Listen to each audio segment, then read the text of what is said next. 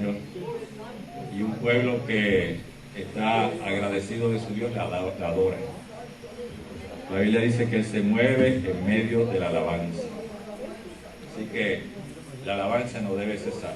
Santo Dios, santo mi Rey, santo mi Dios. En esta noche, esta hermosa noche del Señor, yo les continúo diciendo, el gozo y la paz del Señor reina en vuestros corazones.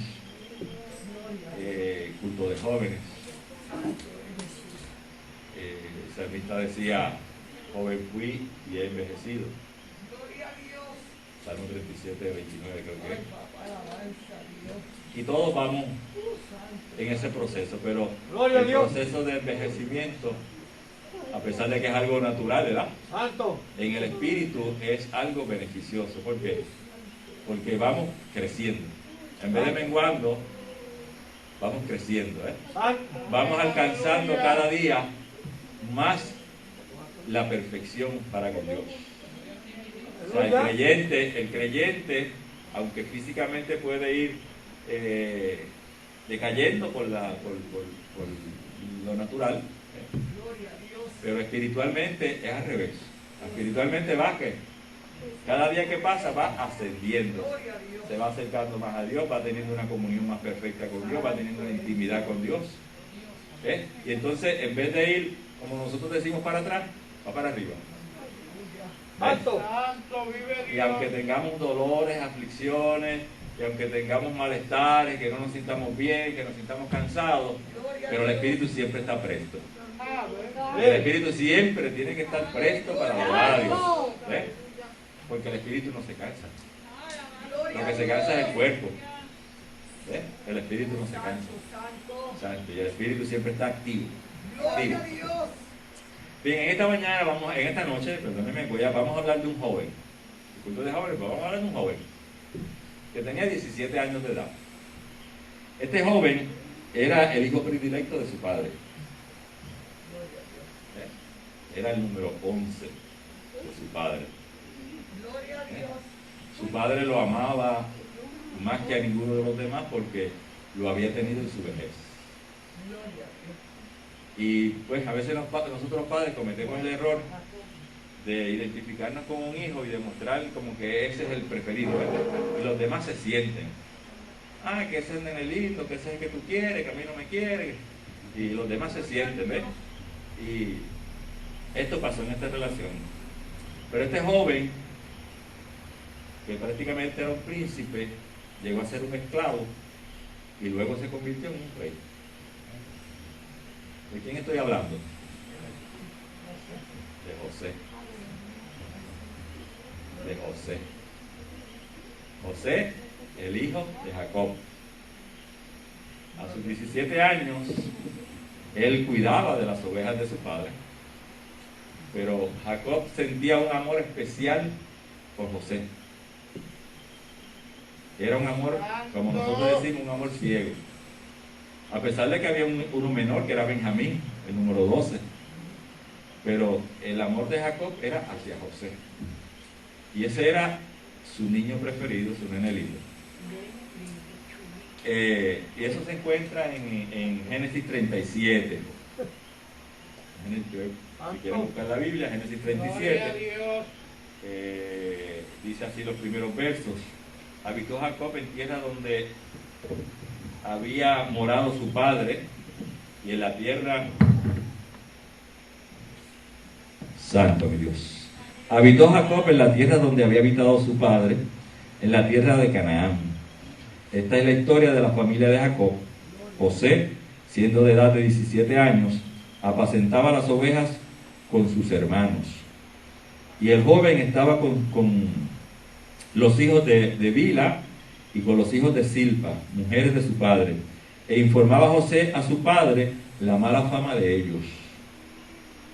Santo mi Dios. Vamos a seguir leyendo, pero hasta ahora vamos a dejarlo ahí. Santo, santo, santo es el Señor. Sabemos que José es un tipo de Cristo.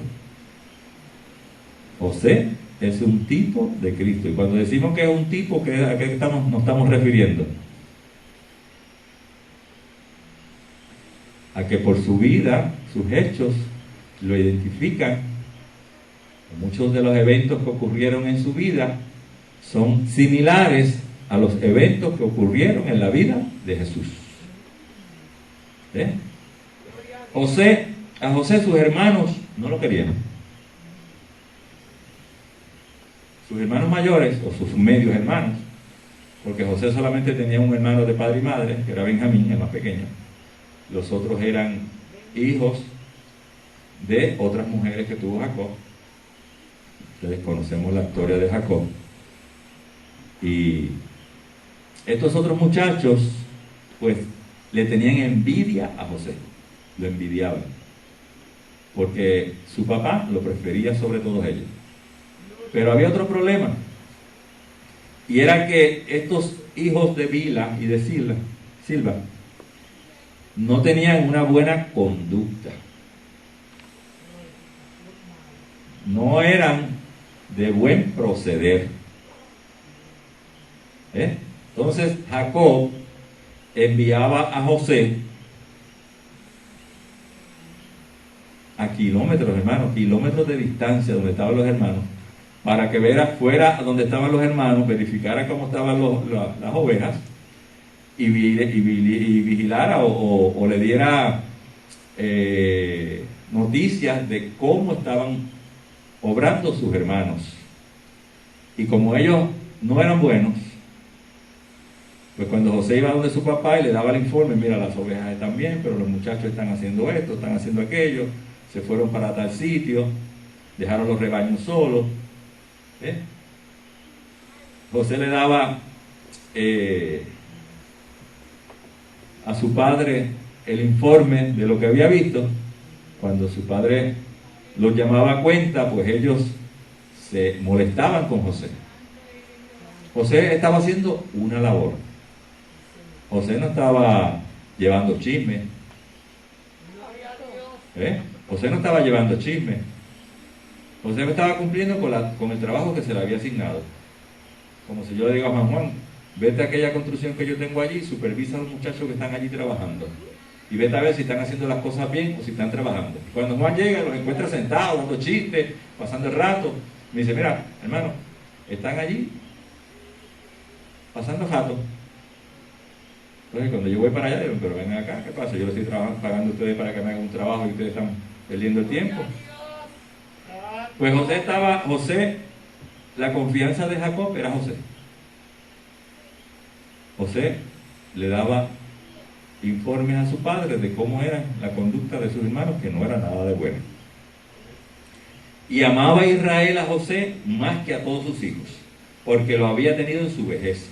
Y le hizo una túnica de diversos colores.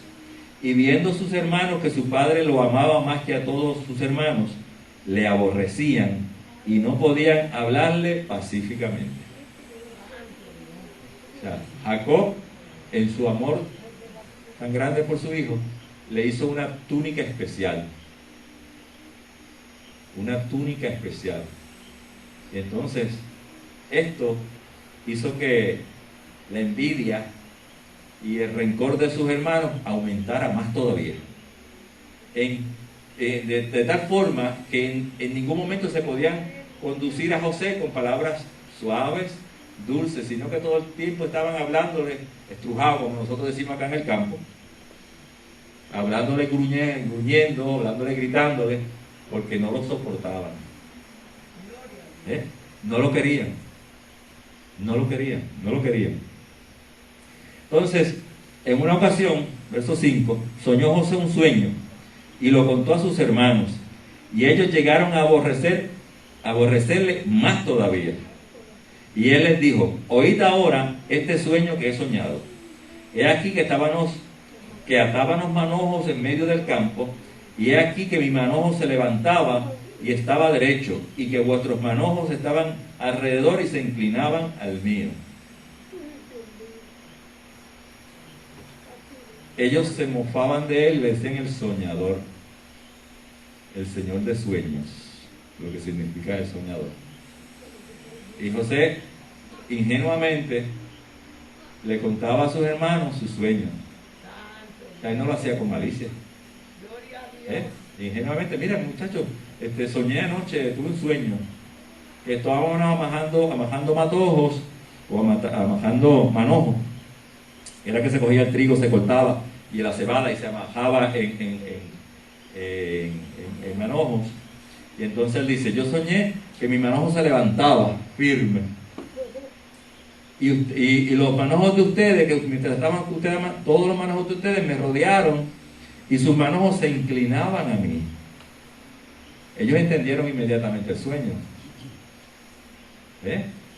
Ellos lo entendieron. O sea, quizá en el momento no lo entendía, pero ellos sí lo entendieron.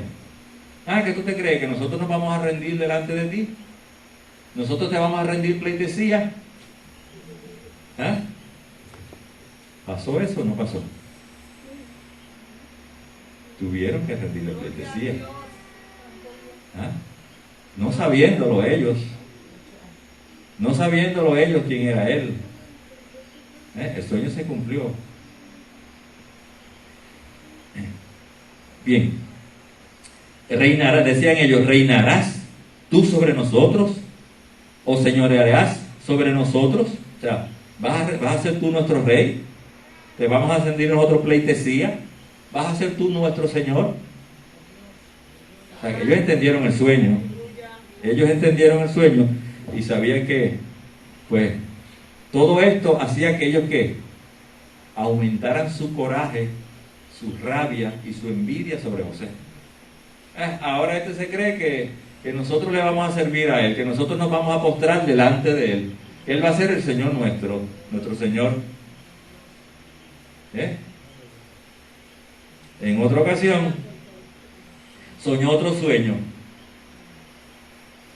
y en este otro sueño, he aquí he soñado otro sueño, dijo José, y he aquí el sol y la luna y 11 estrellas se inclinaban a mí. Y lo contó a su padre y a sus hermanos, y su padre les reprendió y le dijo, ¿qué sueño es este que soñaste?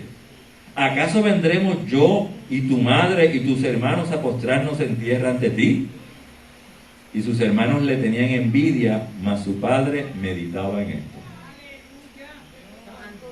Nuevamente el Señor se les revela a José, para que ustedes vean cómo Dios va obrando.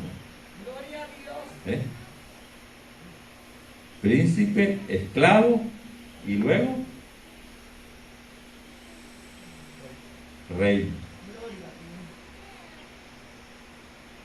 De un príncipe pasó a ser un esclavo y de un esclavo pasó a ser un rey. ¿Y quién se postró delante de él? ¿Y quiénes se postraron delante de él? Toda la tierra, todos los habitantes de la tierra se postraron delante de él. Pero ahora Dios está demostrándole o dándole a entender que había un propósito de Dios en la vida de José. Nadie lo sabía. José no lo sabía, Jacob no lo sabía, pero Dios se le está manifestando. Ahora él dice que en su sueño ve que el sol, la luna y 11 estrellas se postran delante de él. Cuando le cuenta le cuenta el sueño a su padre lo reprende. Como quien dice, como nosotros decimos acá en el campo, lo regaña. ¿Pero qué tú te crees? Yo y tu madre y tus hermanos nos vamos a postrar delante de ti. ¿Quién te cree que tú eres? Le dice el mismo padre. Y ahí como que se quedaron los sueños. Como que no soñó nada más, ¿verdad? En otra ocasión, pues, ahora José lo envía. Dice, después de esto fueron sus hermanos a apacentar ovejas de su padre en Siquén. Y dijo Israel a José, tus hermanos apacientan ovejas en Siquén. Ven, y te enviaré a ellos. Y él respondió, heme aquí. José era un niño obediente. Era un niño bien obediente y era sometido a su padre. O sea, no lo vemos como alguien jactancioso, como un joven, como hoy en día que los padres lo llaman, mira, fulano, me cae, que para qué yo voy para allá, para qué me quiere, con jacunancias y con malos, y con ¿cómo se dice? Altanerías, como yo le digo. O sea, que no respetan a sus padres. José era un niño bien obediente. Su padre lo llamaba y él rápido se presentaba: heme aquí, dime para qué soy bueno, para qué me quieres. ¿Ve? Entonces, dice: ve ahora, mira cómo están tus hermanos y cómo están las ovejas, y tráeme la respuesta. Y lo envió del valle de Hebrón y llegó a Siquén, y lo halló un hombre andando él errante por el campo, y le preguntó a aquel hombre diciendo: ¿qué buscas?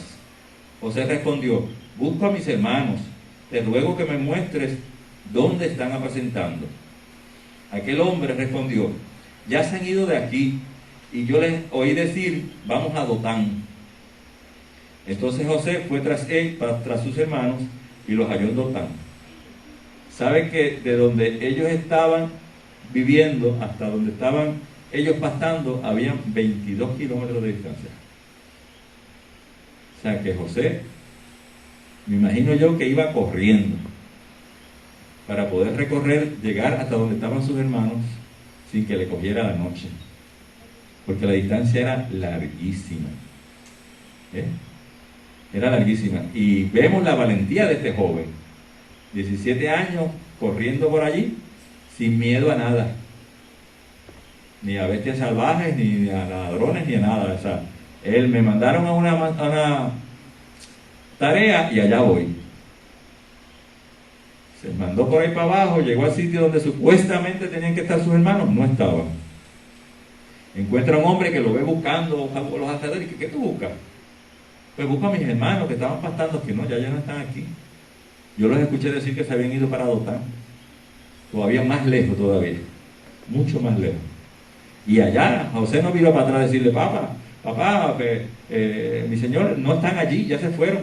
No, él siguió en busca de sus hermanos. Eso no lo amedrentó. Siguió en busca de sus hermanos porque él tenía una tarea que hacer: informar a su padre de qué estaban haciendo sus hermanos y cómo estaban los rebaños de ovejas, si estaban bien. Él quería cumplir con la labor que se le había encomendado. Se parece a nosotros hoy en día. Al primer obstáculo ya decimos: no se puede, no hay manera de llegar allá, está muy lejos, ya se fueron muy lejos, ya me va a coger la noche por allá. No, él siguió su función. Pero ¿qué pasó? Cuando los hermanos lo vieron, dice: cuando ellos lo vieron de lejos, antes que llegase cerca de ellos, conspiraron contra él para matarle. Miren qué clase de hermanos se gastaba José. O sea, hasta ese extremo llegaba su odio contra él, su envidia contra él, que planificaron, cuando lo vieron que venía desde lejos, sabían que era él. ¿Por qué? Por la túnica. Lo identificaron desde lejos por la túnica. No había nadie que tuviese esa túnica, que había sido diseñada especialmente para él.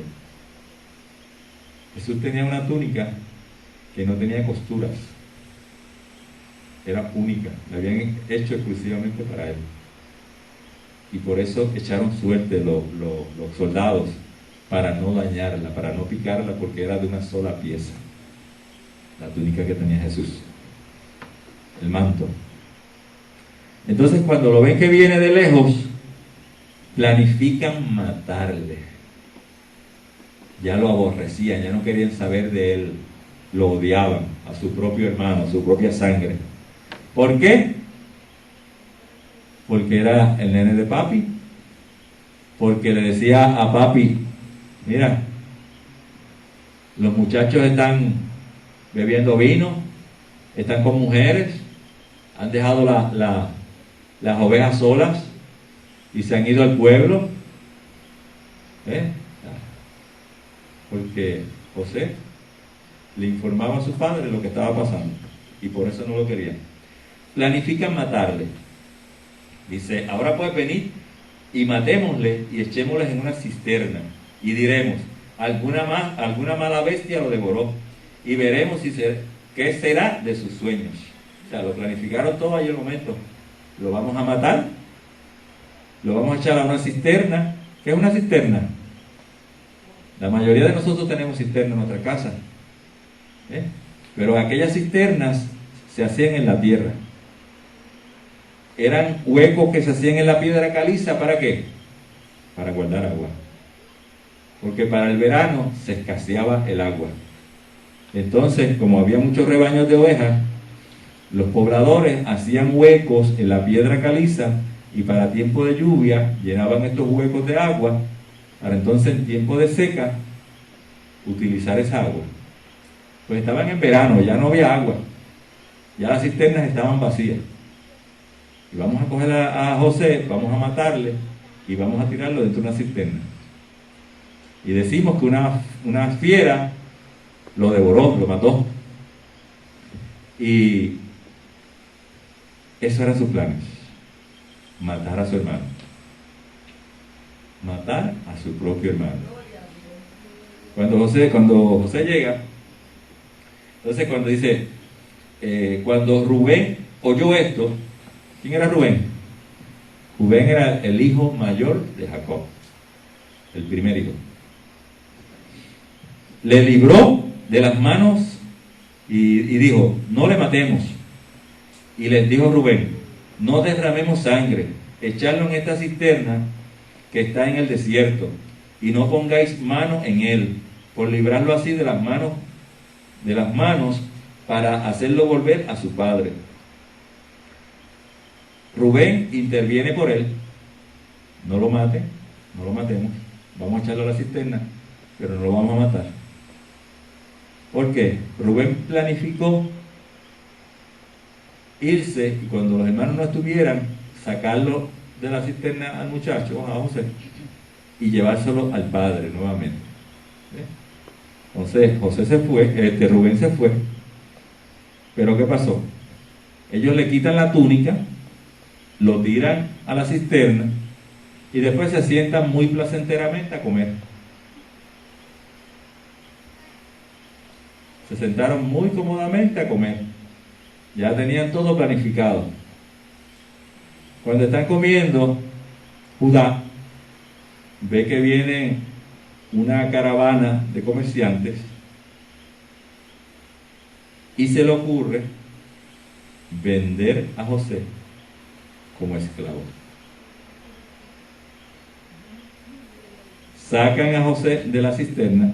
Rubén no estaba a todo esto, Rubén se había ido.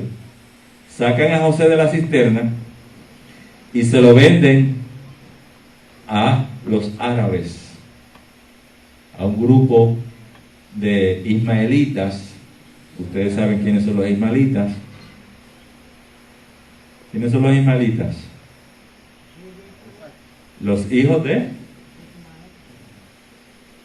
Ismael. ¿Pero quién era Ismael? El hijo de Abraham y la esclava de Agar. Esos son los árabes, los que nosotros conocemos hoy en día como los árabes, los hijos de Agar. Ismael tuvo 12 príncipes. De Ismael salieron 12 naciones. Entonces, los ismaelitas y los amalecitas, que eran hijos también de Sétura. Sétura fue la segunda esposa de Abraham. Abraham se volvió a casar a los 140 años de edad. Se volvió a casar con Sétura y tuvo 5 hijos.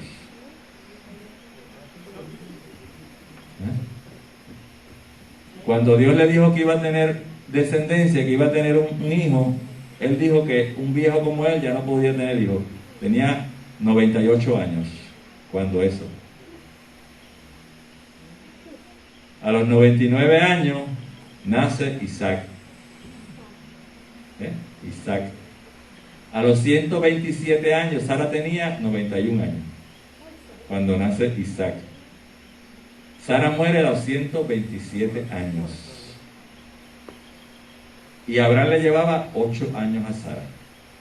Cuando Sara muere, Abraham tenía 136 años. y Isaac tenía 36. Están 4 años de luto. A los 4 años, Abraham le busca esposa a Isaac. Y después que le busca esposa a Isaac, se llama Rebeca, él se casa. Y con 140 años, 139, 140, se casa con una mujer y tiene 5 hijos. ¿Ah? Algo por ahí. De ahí es que vienen los medianitas, de mediano. De ahí es que vienen los medianitas. O sea que este grupo de comerciantes era una mezcla de ismaelitas y medianitas. O sea que estaban relacionados también. Porque eran hijos de Abraham. Hijos de Abraham de la esclava, hijos de Abraham de la segunda esposa. Estaban relacionados. Pues ven, Judá ve tiene un nombre, este grupo de comerciantes que iba de árabes que iba hacia Egipto a vender especias aromáticas, pero también vendían esclavos. Las especias que vendían las traían de la India, y entre ellos eran unas resinas, había mirra, una resina de un árbol, y unas especias aromáticas que se utilizaban en Egipto para embalsamar a los muertos. Por eso eran muy apreciadas en Egipto. En Egipto es el pilar en esto de embalsamamiento. Y en aquellas épocas ya ellos embalsamaban a los muertos y duraban miles de años. Y los hacían con estas especies. Y entonces a Judá se le ocurre, pues mire, vamos a aprovecharlo para no matar al muchacho y hacernos de unos dineritos. Vamos a venderlo. Y se lo vende, o sea, lo sacan de la cisterna a José y lo venden como esclavo. Vendieron a su propio hermano como un esclavo. ¿Por cuánto? Por 20 piezas de plata. Ese era el precio de un esclavo menor de 20 años. Ahora, era el salario de 3 años de un pastor de ovejas. 20 piezas de plata era el salario de 3 años de un pastor de ovejas. Pero era el precio que se pagaba por un esclavo menor de 20 años. Sus propios hermanos lo vendieron. ¿Por qué se asemeja a Cristo? ¿Quién vendió a Cristo? Un hermano de él, Judas Iscariote. ¿Por cuánto lo vendió? Por 30 piezas de plata. A José lo vendieron por 20 piezas de plata. Cuando Rubén regresa a buscar al muchacho sin que sus hermanos se dieran cuenta, para sacarlo de la cisterna y enviárselo al padre, llevárselo al padre sano y salvo, no encuentra al muchacho. Y el corazón de Rubén se rompió. ¿Qué ustedes han hecho? No, que mira, llegaron unos madianitas por ahí y lo vendimos. Como si fuera un cabro, ¿verdad? Como si fuera un animal, o sea, su propia sangre, su propia carne. O sea, no había escrúpulos. Aquellos hermanos no tenían escrúpulos. Eran unos sanguinarios. A Jesús le hicieron lo mismo, sus propios hermanos. Lo vendieron y lo trataron como que, como un criminal. Hicieron con él lo que quisieron. Lo trataron como si fuera el más vil criminal. Pero cuando Dios está en el asunto y cuando Dios llama, no hay diablo que pueda dañar los planes de Dios. Y aquel muchachito de edad de 17 años que vino a ser un esclavo, para hacer la historia larga y corta, lo vendieron los madianitas como esclavo a Potifar, el jefe de la guardia del ejército de Faraón. En ningún momento vemos a José quejarse por nada. En ningún momento, como dice la Biblia con Jesús, como cordero fue llevado al matadero. Una de las cualidades que tiene el cordero es que él no se queja, él no pelea, él no grita, todo lo lleva por ahí, pues él se deja guiar, se deja llevar. José, primero la vergüenza de desnudarlo, sus propios hermanos lo desnudan, le quitan la túnica de colores, prácticamente lo desnudan. Me imagino que tienen que haberlo amarrado, lo tiran a aquella cueva allí sin misericordia ninguna, sin compasión, lo sacan, lo venden como si fuera un cabro, una oveja, a gente extraña. Allá, pues, el jefe de la guardia de Faraón lo compra, lo trae a su casa. Inmediatamente José empieza a trabajar. Lo ponen a trabajar porque los esclavos para eso. El esclavo se compraba para trabajar. Eso era un esclavo, un sirviente, 24/7. Si acaso dormía, tenía 8 horas para descansar, era mucho. Y a veces que bajo condiciones infrahumanas tenían que trabajar. Y prácticamente sin comida. Y los trataban peor que animales. Pues José llega a casa de Potifar, empieza a trabajar, a hacer lo que se le mandó a hacer. Y Potifar se da cuenta que todo lo que hacía José, Dios lo prosperaba. Al punto que Potifar lo pone al frente de toda su casa, de todos sus esclavos, de todos sus empleados, en el campo, en todos lados. Lo puso como el mayordomo principal de su casa. Y los bienes de Potifar empezaron a aumentar y sus ganados empezaron a crecer y todo empezó para Potifar. La bendición fue terrible. Potifar estaba sumamente contento y emocionado porque aquel esclavo, bajo la administración de aquel esclavo, sus bienes habían prosperado un montón. Pero ¿qué pasó? José era un joven apuesto, fornido. Era un joven fornido, así como este que está aquí. Lindo, apuesto. Entonces, la mujer de Potifar se enamoró de él. Y de todas formas quería que José se acostara con ella. Se enamoró de él porque vio que era apuesto, guapo, fornido, y se enamoró de él. Y trató de muchas maneras de que José se acostara con ella. Y José le dijo, no, mi Señor me ha puesto aquí al frente de todo esto, todo está bajo mi control, menos usted, que es su esposa. Pero ella seguía insistiendo, hasta que un día no había nadie en la casa.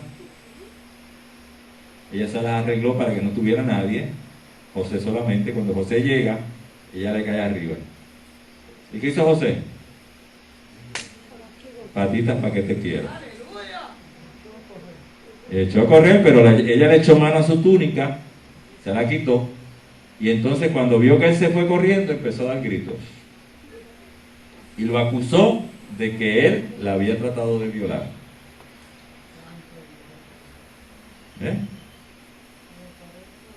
Cuando vino Potifar, ella le dio el informe, mira que trajiste ese esclavo hebreo aquí y trató de abusar de mí. Potifar se enojó. De hecho, como Dios estaba en el asunto, no lo mataron. Pero aquello era para matarlo.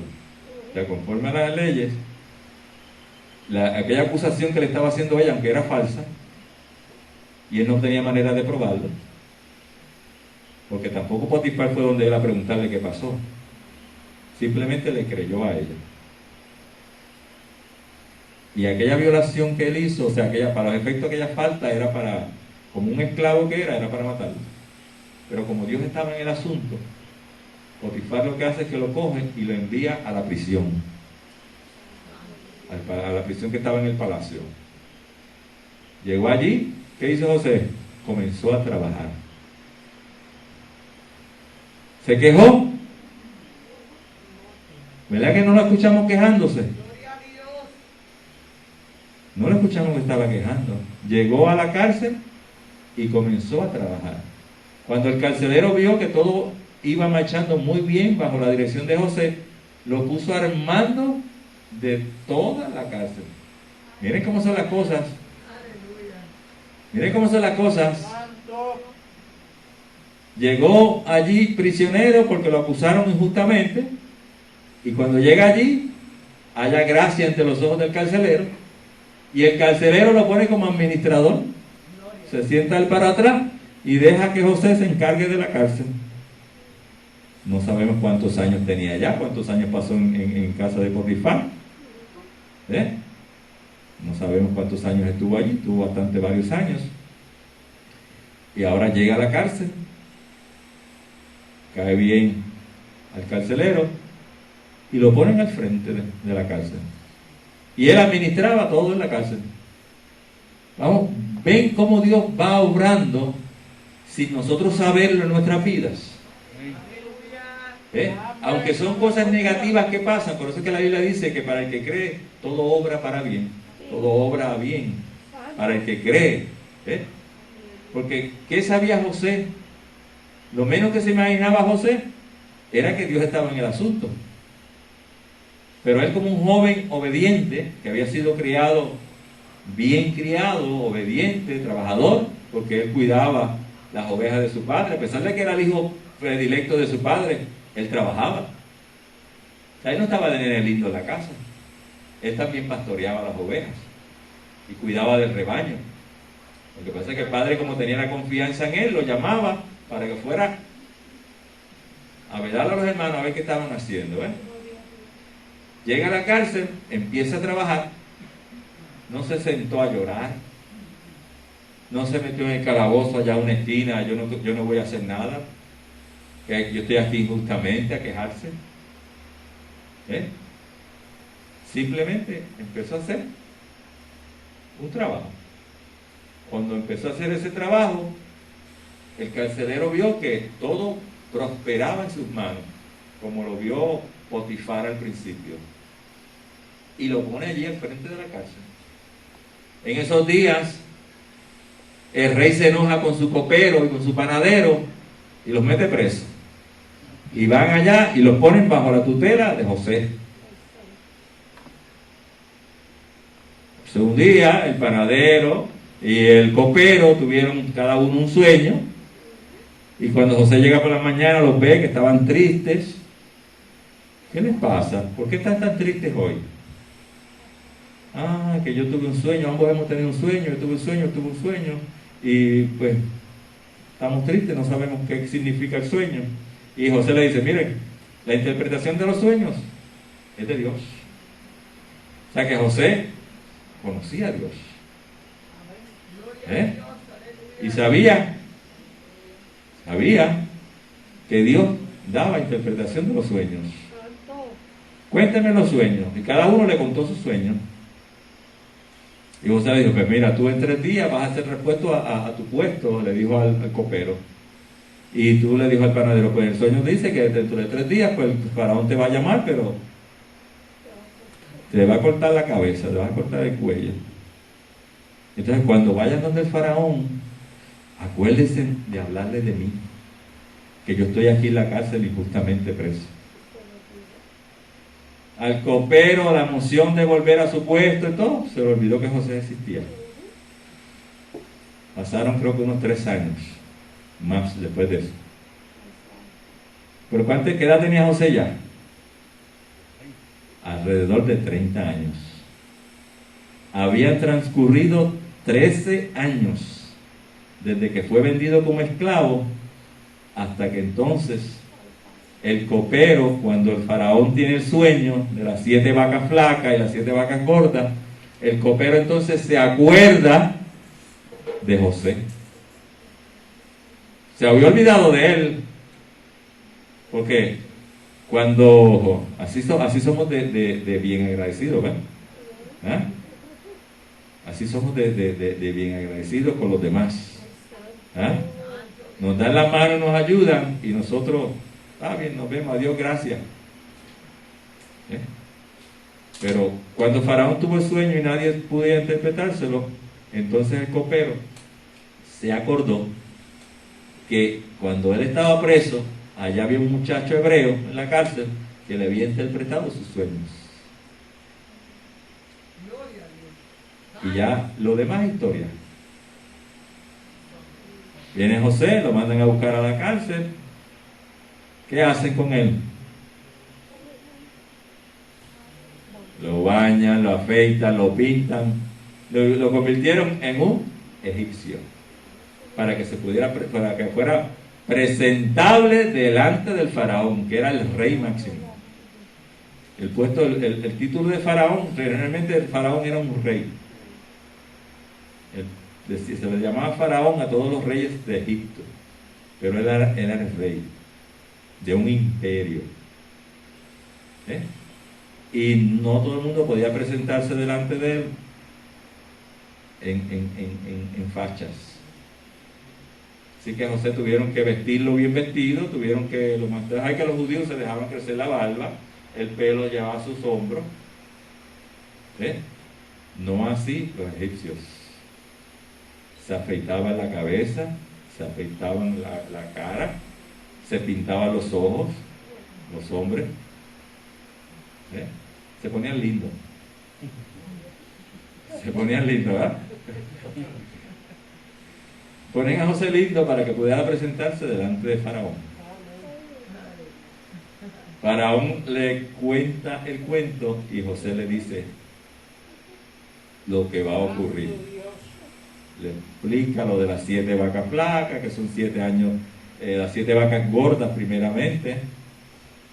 Eran 7 años de mucha abundancia y luego venían detrás unos 7 años de mucha escasez. Y José le da recomendaciones al faraón de qué hacer. Búsquese un hombre inteligente, entendido, porque hay que aprovechar estos 7 años de abundancia y nosotros estamos en abundancia ahora. Vienen 7 años de escasez y que prepare, almacene para guardar. Faraón le dice: ¿qué hombre mejor que tú? No hay otro que sea más entendido que tú y que sepa más que tú, que sea mejor que tú. Tú eres el hombre. Se quita su anillo, símbolo de poder y de autoridad, y se lo pone a José. Ahora tú estás al cargo de toda la nación, de todo el imperio de Egipto. Solamente yo estoy sobre ti. Después de mí eres tú y todos los demás están bajo tu poder y tu autoridad. Príncipe, esclavo y ahora rey. Gloria a Dios. ¿Qué se iba a imaginar José? Que aquella esclavitud, aquellos 13 años que pasó de esclavitud en Egipto, lo estaba Dios preparando. Dios lo estaba capacitando para que ahora ponerlo al frente de un imperio. ¿Vieron?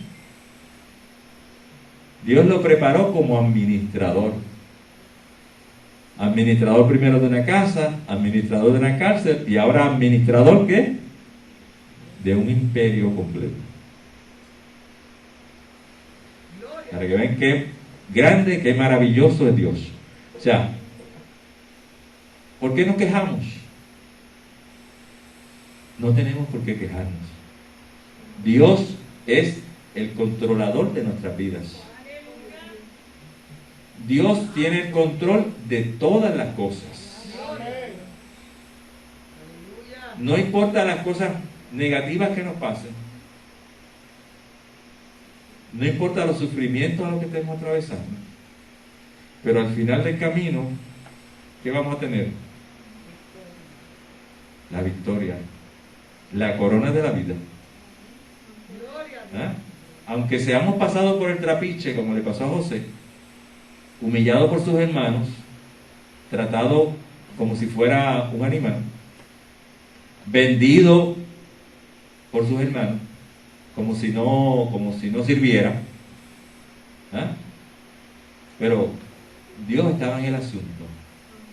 Ahora, el hermano que no querían, ahora vino a ser su Salvador. Cuando se acabó la comida allá en Canaán, Jacob escuchó que en Egipto había comida. ¿Ah? Allá no había, ellos estaban muriendo de hambre ya, pero en Egipto había comida.